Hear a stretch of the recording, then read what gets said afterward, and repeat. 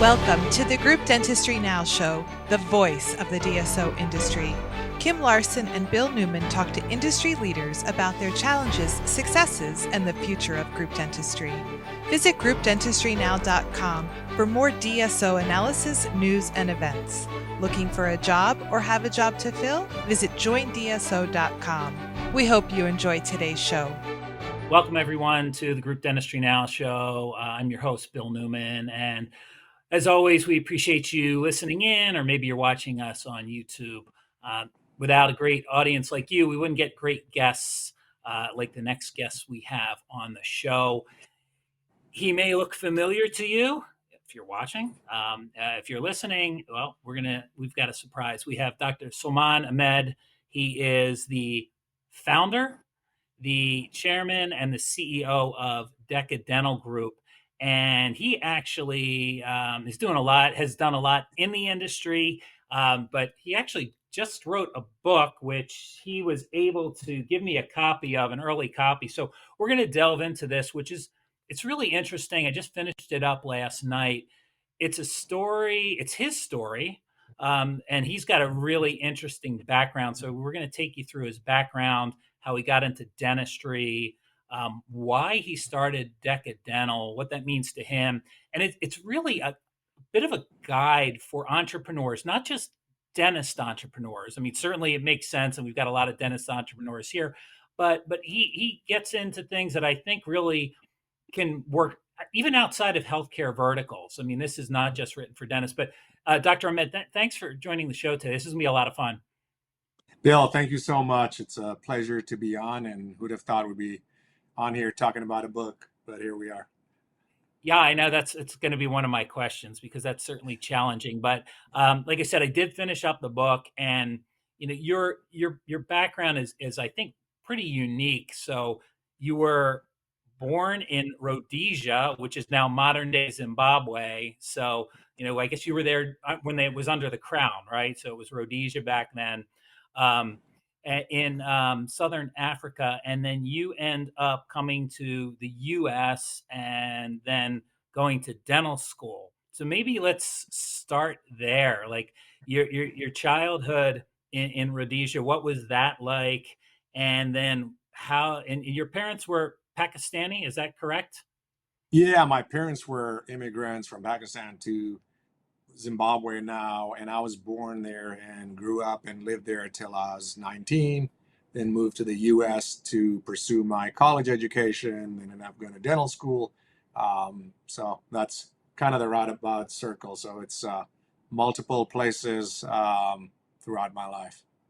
And in the book, you talked about kind of how it was interesting to be in school, and it wasn't like it was certainly in the U.S. I mean, when they had lunch break, it certainly wasn't guaranteed that you were going to eat. Yeah, no, it was chaos, and I think I use that example in the book because it's pretty representative of any entrepreneur trying to build a business today. That ability to hustle and get in the front of the line, it's got to feel like, and I think in chapter 1 of the book I talk about a grand vision. You've got to want this more than anything else, almost to the point where you're kind of obsessed with it. And that's how I was about starting this business. But yeah, that's absolutely right. The school lunch bell would ring and everybody would run to the cafeteria, which was it wasn't a seated style. You stood in line, you grabbed your food, and then you just found a place to sit. There weren't no tables or benches or stools. And if you were at the back of the line and they ran out of food, then they just kind of closed the shutter, and that was the end of it. There was no explanation. It was just kind of an understood thing. So I think that's one example. There's so many of you just kind of made things work with what you were offered. And so when I moved to the U.S., there's always a talk of the American dream and the land of opportunity. Looking back, it's so true because there's so much opportunity here. Small example for me.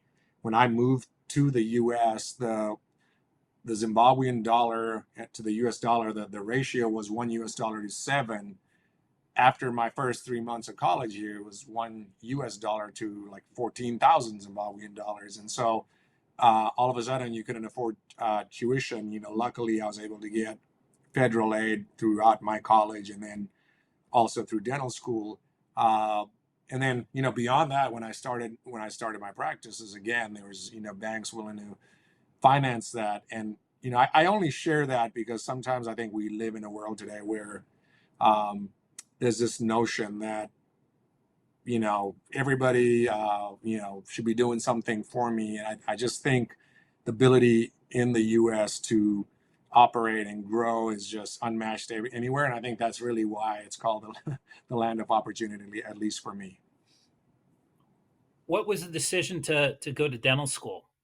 Why did you? Yes. I mean, were your parents Yeah. dentists, or what was this? Yes. I wish I had a great story about, how I wanted to, get people out of pain. I think there was certainly part of it was working with my hands and there's, helping people, instant gratification where you're not dealing with this long, played out thesis or dealing with life and death decisions. So for me, my parents were both medical doctors, and I always enjoyed like the sciences and the biology pieces, but I was also intrigued by business. And so starting out, I think dentistry for me, beyond some of those aspects, working with my hands and being able to take care of patients, I think the thing I liked about it was the ability to set your own schedules and kind of be your own boss. So that autonomy was somewhat important to me. And then obviously as I came out and started practicing as a dentistry and the world we're in today, there's, gosh, so many different models today. So it's all kind of evolved over time. So you end up going to Tufts Dental School, and one thing that I read in the book that I found pretty interesting is you finished up your clinicals rather quickly, but you couldn't graduate early. So you end up being you're a student, but you're also a student teacher. Right. Yeah, you're paying tuition for 4 years, regardless of how long it takes you to finish. And I think, the journey was very interesting. I would say pretty average throughout my academic career, and even like the first year or two at dental school, where it's at least back then, it's changed a lot. The curriculum's changed a lot now. It's more classroom style, and then the clinical rotations kind of start in third and fourth year. And doing all the gross anatomy, histology, biochemistry, all those classes were fine. But when we got into the clinic and I was actually starting to work with patients, man, my whole life took a different meaning because I started enjoying that interaction so much, being able to understand what they wanted, their limitations, whether it was financial or time, and how we were going to take care of them. It kind of, things really started coming full circle, and I enjoy that aspect so much, just not having the same day to day every day where you're doing different procedures on different patients. So I would work through lunch or stay late and work with faculty after hours and treatment planning. And I was able to just expedite. I think there was a point system. So every time you did a cleaning or a crown, it was certain points. I think a crown was like 8 or 10 points. A cleaning was like 1 point, and you had to get like 1,000 points. And in addition to that, you had to check off certain competencies. So it was a little bit like a game to me. I was like, all right, if I can get to 1,000 points, how fast can I kind of get it done?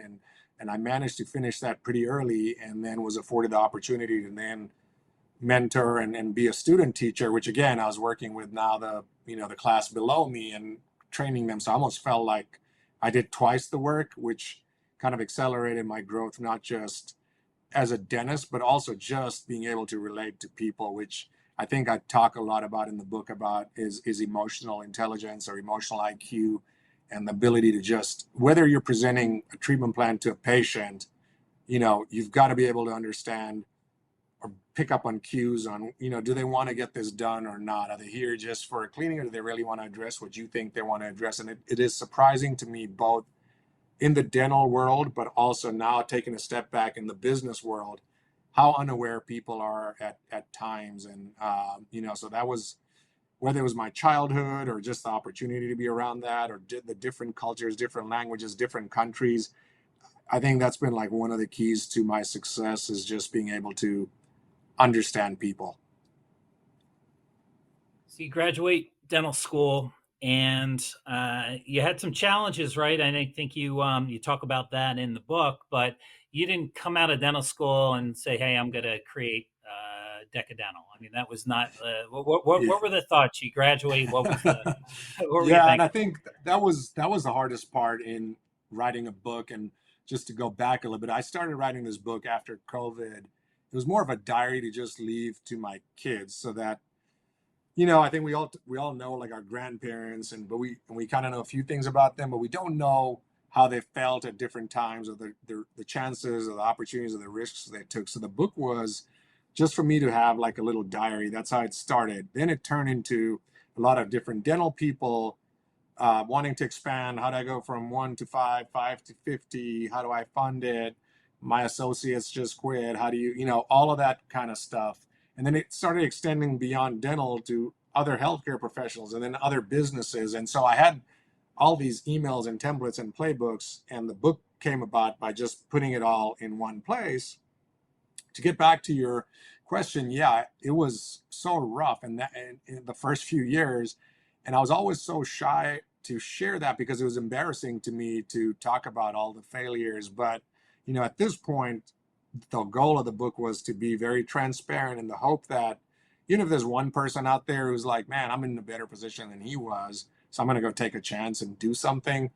That was really the impetus of putting it all out there. But yeah, for me, it was a lot of debt coming out, and I think I was either too obsessed with my vision of creating this multiple office group to even realize that, and or too naive to realize how stupid I was. But I had $500,000 of student loan debt. Between the first couple of practices, there was a startup that cost 800,000. There's an acquisition that was, I think, 1.3 million with all the working capital included. I bought a condo coming out that wasn't done, and it all kind of catapulted into this position where I didn't have enough cash flow and I had all this debt. And there was a period that my first year out when I didn't think I was gonna make it. So I share all those stories in the book. And I think that's important for people to hear, that that's not this it's not an easy road, and there's certainly, it's you don't go, and it doesn't go like this, right? It's not a straight line. Right. um, so this theme, the Starbucks of dentistry, comes up in the book quite a few times. So why don't we talk a little bit about that vision that you had? Your model, DECA Dental's model, is pretty unique in really in the industry, and I think all DSOs seem to have their own model that works well. But can you take us through, like, why did you say, "Hey, I'm going to model"?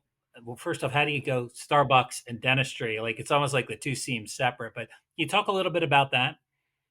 Yeah, for sure. So, the goal was to create a brand. Ideal Dental is our patient-facing brand. Deca Dental is our, staff-facing brand. It's our support center. Deca comes from the word, me wanting to own 10 offices at some point, which I never ever shared with anybody until we kind of surpassed that. But yeah, the Starbucks and the Ideal Dental are both branded, are both built around the guest model. Starbucks had great retail locations. I think of ourselves as a retail healthcare brand. Starbucks is open, 7 days a week. We're open 6 days a week. And it's not that their coffee necessarily is the best coffee you can get, but it's a very predictable, standardized experience. In other words, you can go into any Ideal Dental today, and you're not going to have a long wait time. You'll be taken back, relatively quickly getting there. And our dentists will be pretty competent because they've been trained in taking care of the needs that they're, offering the patient. So that was kind of the thesis. And then in addition to that, if you think of Starbucks, it's not just coffee, right? They have a protein plate, and they've got these different kind of things, that the guests may want at the time. So same thing with Ideal Dental. We don't just do general dentistry. We do all specialty 6 days a week under one roof, and then warranty our work too. So that was the general kind of notion. Can you build a brand that's in these markets that is identifiable and stands for something? And that was the notion behind creating Ideal Dental and the Starbucks of dentistry. So maybe back to leadership. So where, you're really, that seems to be a central theme in the book. And you touched on it a little bit earlier, that you feel like maybe, your background, coming from a different country and maybe some of the challenges you had there really kind of helped you become, the leader that you are now. But maybe talk about the importance of a leader, being a leader and what that means to you, and maybe some tips. You don't have to give all the tips from the book, but maybe some that stand out to you. Yeah, I think I think any leader should be able to demonstrate to their staff on what they believe their core values are. For us, that's each letter in ideal stands for something, and so the I stands for integrity and the L stands for loyalty. Out of all the company core values, those are the two most important to me. And, loyalty to me is not just loyalty from my staff to me, but also loyalty to our patients or our guests. And then integrity is doing the right thing, right? As a dentist, you're in somebody's mouth, you're cleaning out decay and filling a cavity. You know exactly, how deep you get, how much decay was cleaned out, and what the best measure in treating that is. That shouldn't even be a question, because there's no compromising on that integrity of the work and the loyalty to the patient and to each other. So those were two. And I think leadership to me, which, and I talk a little bit about it in the book too, but it is so important in this age where, I don't know, you can go look at anything, whether it's social media and everything is just about how perfect everybody is, whether it's their workouts or their life or their family or their house or whatever it is. And that's just not the reality of living. And I think it's so scary when I have a younger dentist who, I've had this happen actually with somebody who hadn't even graduated a few years back, and they wanted to meet, and we finally got a meeting set up, and they said, yeah, I'm just going to do what you did. And I think that's really scary, because in my head, I'm thinking, you have no idea what I did. And so I think the book kind of helped shed some light, but the odds of kind of coming back from where I were are very slim. And I don't recommend, that you go do what I did. But I think as a leader, it's being transparent is really, really important. And being vulnerable is really, really important, because we're all human, and there's no leader that hasn't at times felt like they're failing. And how do you manage that? How do you let your team around you know you're going through a tough time? It could be personal, it could be professional. And I think when we build out a team, especially when you've got a team with people there for 15 years, a lot of stuff happens. People get divorced, people have kids, financially things change. Some people make enough money where they never have to work, and others, have other financial obstacles that life hits them with. So that vulnerability, if you can be transparent and vulnerable as a leader, it opens up the doors where people want to share that with you, because they feel comfortable because you shared something with them. So those two things are extremely important in leadership today, and too often I just don't see that happening. And I'll share the book a couple of times here anyway. It's called Make Them Smile. Let's see if I can get that in the camera. There we go. Make Them Smile. And can they get this? Where would they get this book? I mean, So you you get it can on buy Amazon? this.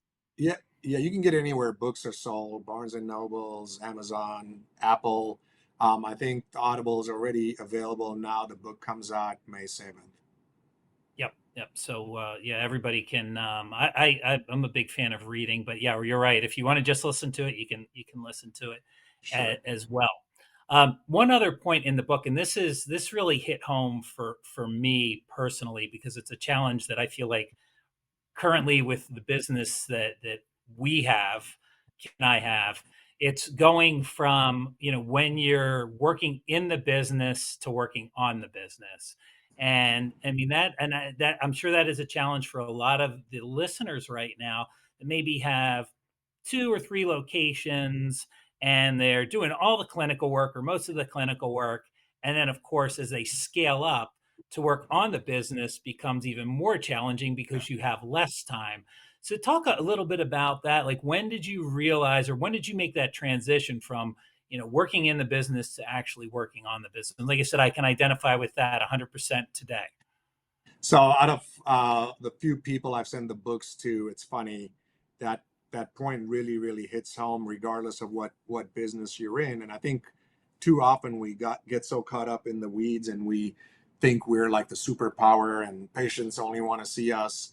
And I've met so many dentists and business people where, they're like, oh, I'm killing it. And, I'm like, tell me more. And, they're like, well, I have 4 locations or 3 locations, and I, spend a day, in each one, and a half a day in the other 2. And it's great. But what I've noticed is when I leave one location, or and then I go to another one, and the other one does well and the first one tanks. And it kind of goes back to that whole notion. I think everybody for some reason today, in the last 5 or 10 years, this whole multiple office notion has kind of taken off. But it's you've got to really be the person that wants to do that, because there's absolutely nothing wrong in having one location, a great location, providing great customer service and being happy.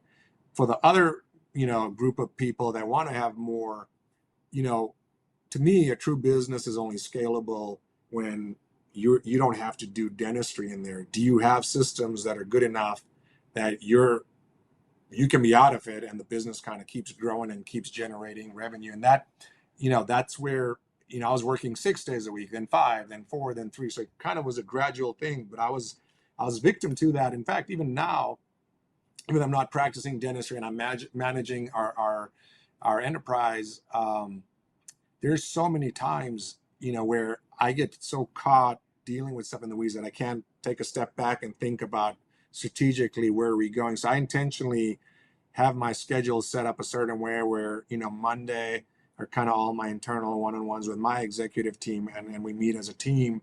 And then Tuesday is a few more one-on-ones, and I try to leave a little bit of time in the later half of the week to just get out or think about, where's the company going? Are we making the right decisions today? And what do they look like 10 years from now? So that's what working on the business means to me. And it can start even if you have one location. You can get so consumed by just doing the dentistry and the hygiene checks and running from one operatory to another, where you kind of lose sight of like, well, what are you really trying to achieve? Is it, making sure you have flexible hours for your patients? Is it, doing more dentistry? Is it being more efficient? Is it maybe doing the same dentistry but in less time and maybe not working as much? So that's kind of what I mean by, working on the business. Another thing you mentioned in the book is this concept of take it personally. So maybe talk a little bit about that philosophy and how it's helped you make decisions. Yeah, I think, when you're personally investing your time, your money, your experience into anything, your view of that becomes very different. And I think it was like 7 or 8 years ago, we were at a conference when we were kind of going through a growth spurt, a company conference where we had all the employees in. And I kept hearing a lot of like, oh, well, the morning schedule fell apart. The patient showed up late, and the patient was so rude, and the patient didn't want to reschedule.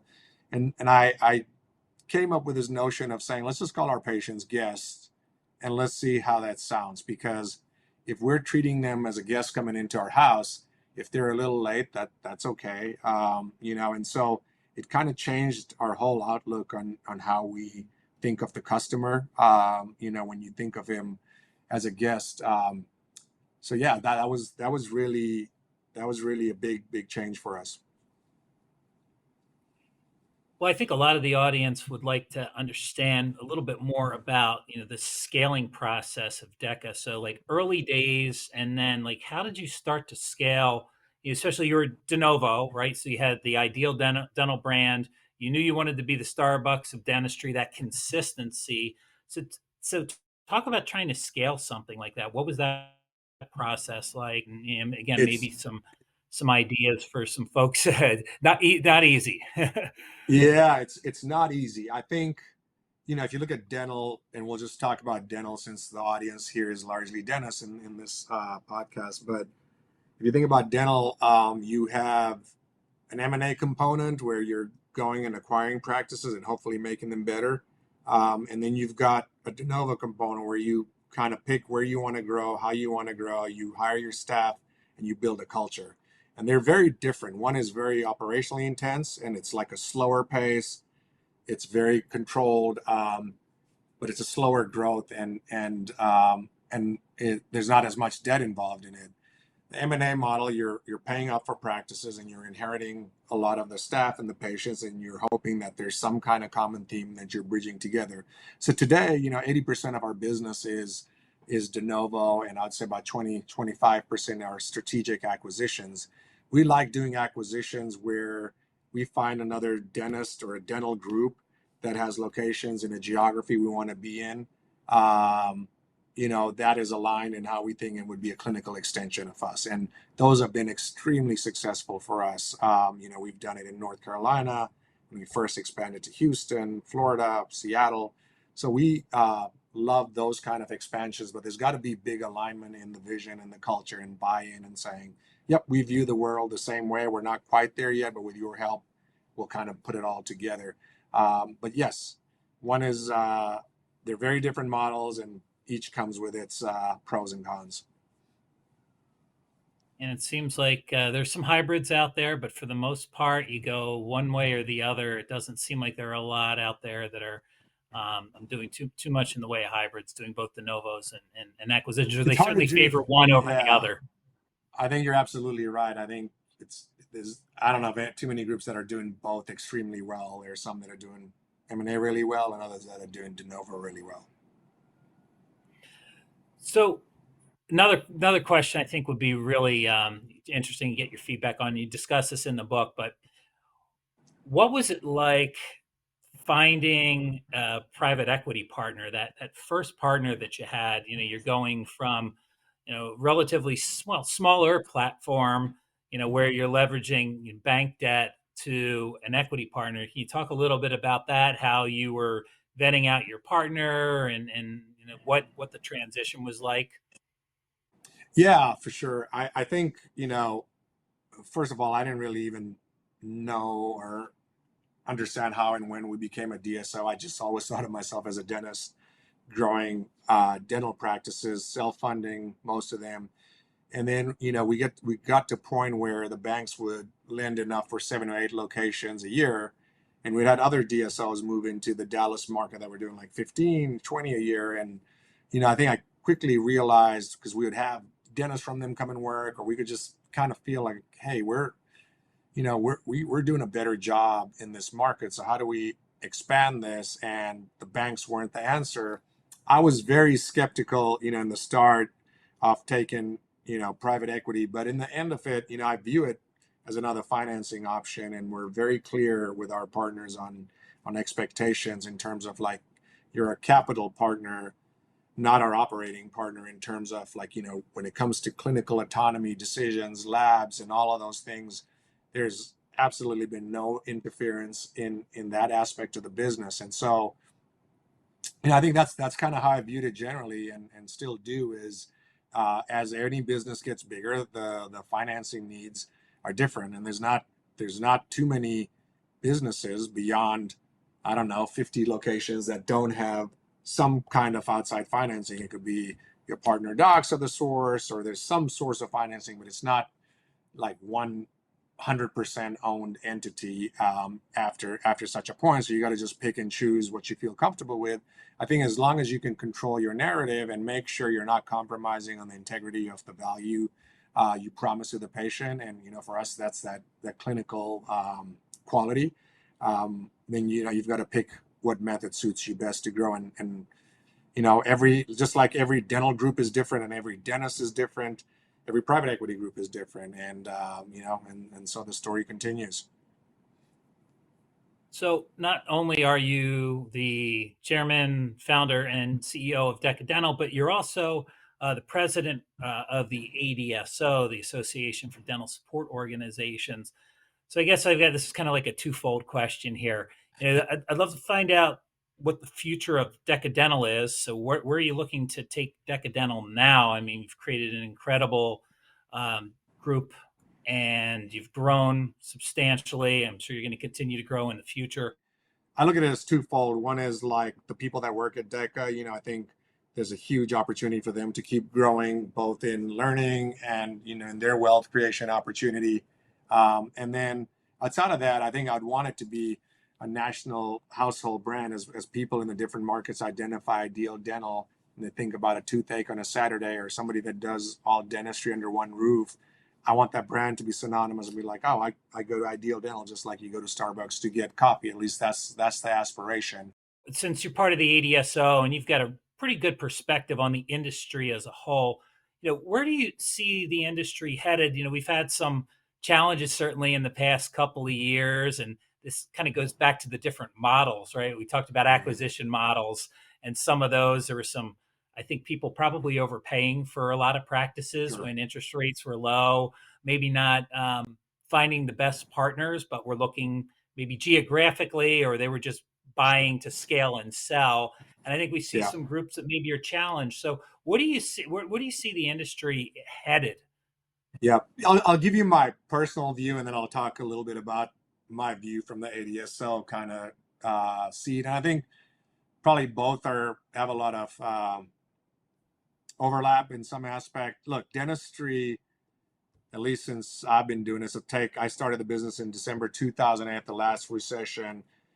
And then, call it from 2011 onwards, has had such a great run where everyone's just been excited about investing in dentistry and every model's kind of worked. And there's all these different DSOs and they all are different and catering to different people. And some have a lot of things in common and some have nothing in common. So I think there is a little bit of a true up and a reality check that has started happening and I think will continue to happen. And I think people are going to realize that not all DSOs are the same. And just saying I'm just going to invest in the dental industry, it doesn't really carry the same weight as it did before because you're really investing in a specific company.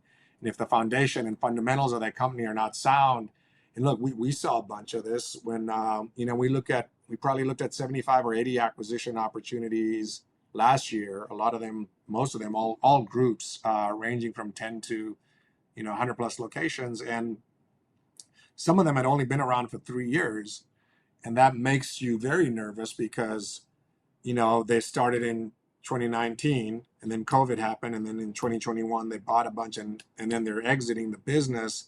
And when you look at year over year growth or any kind of organic growth, it's hard to comp. And so I think some of that right sizing and correcting is going to happen, has started happening.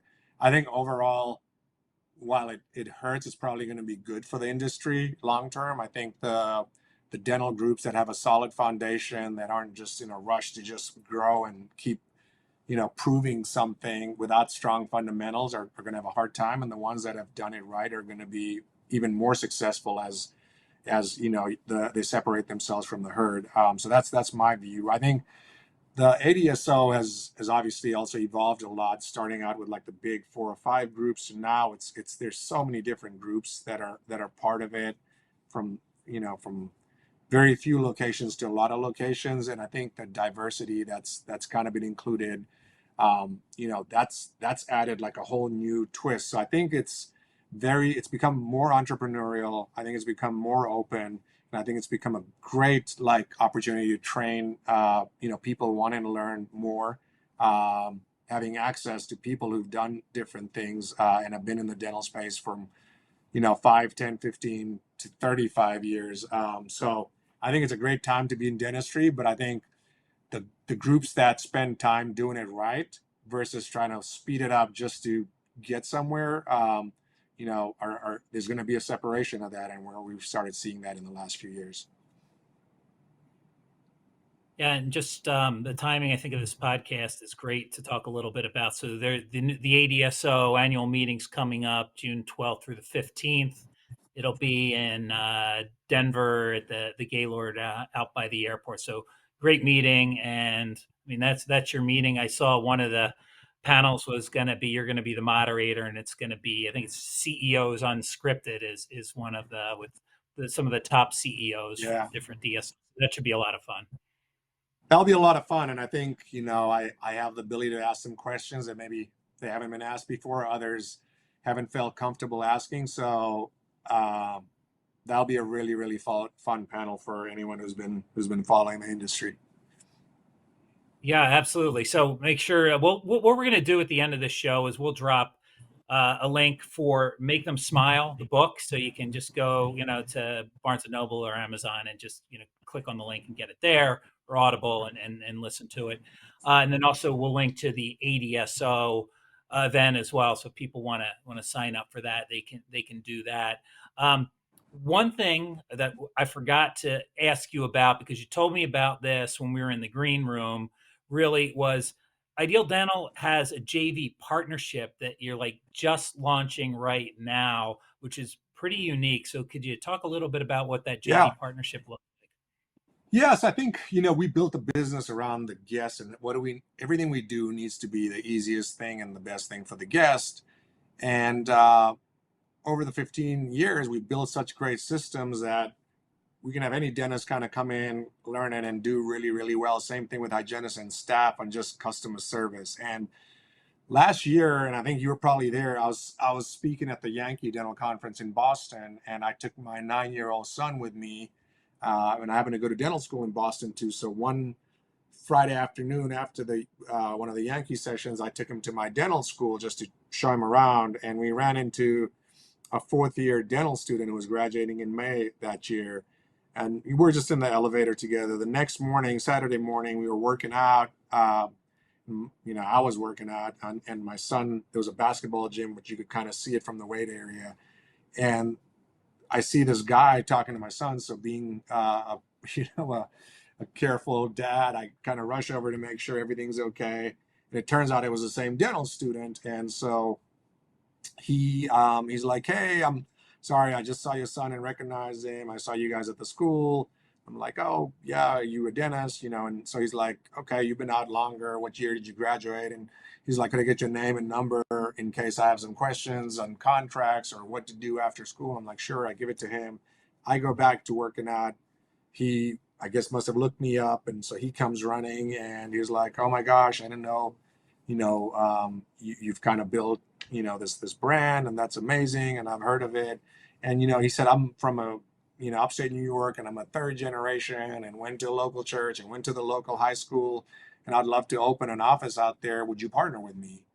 And it just kind of dawned upon me at that time, why not? And so that was really the impetus. And so I think where dentists are today, it's the world of dentistry has gotten more and more complex, not just in the legal, but just in terms of funding. The students that have so much debt, where do you want to go take it all on by yourself? And a lot of people don't want to go buy an office because it may be older, it may not be the perfect geography, it may not be the patients or the staff or the look or feel that they want. And so, like I said, when you think Starbucks or dentistry, you think of retail healthcare. We have, some of the best real estate in the country when it comes to Ideal Dental and how we position our locations. And so for the first time, yeah, we're opening up the doors. You can read about it more at idealdentalpartners.com. But essentially, we would partner with you in a location that you would kind of pick. You would tell us where you want to be. We'd present you, and it's 0 to 100. We kind of do everything from the site selection to all the competition, the analysis, negotiating the lease, if you like the location, and then the whole credentialing, construction, all the pieces to get the office ready, all the staffing, all the marketing. It's like full turnkey, where you can come in and be the dentist, but have the support in a location that you kind of picked and a geography that matters to you. So that's super exciting, and I'm super passionate to get that off the ground. Well, that's great. Yeah, and we'll drop that idealdentalpartners.com in the show notes as well.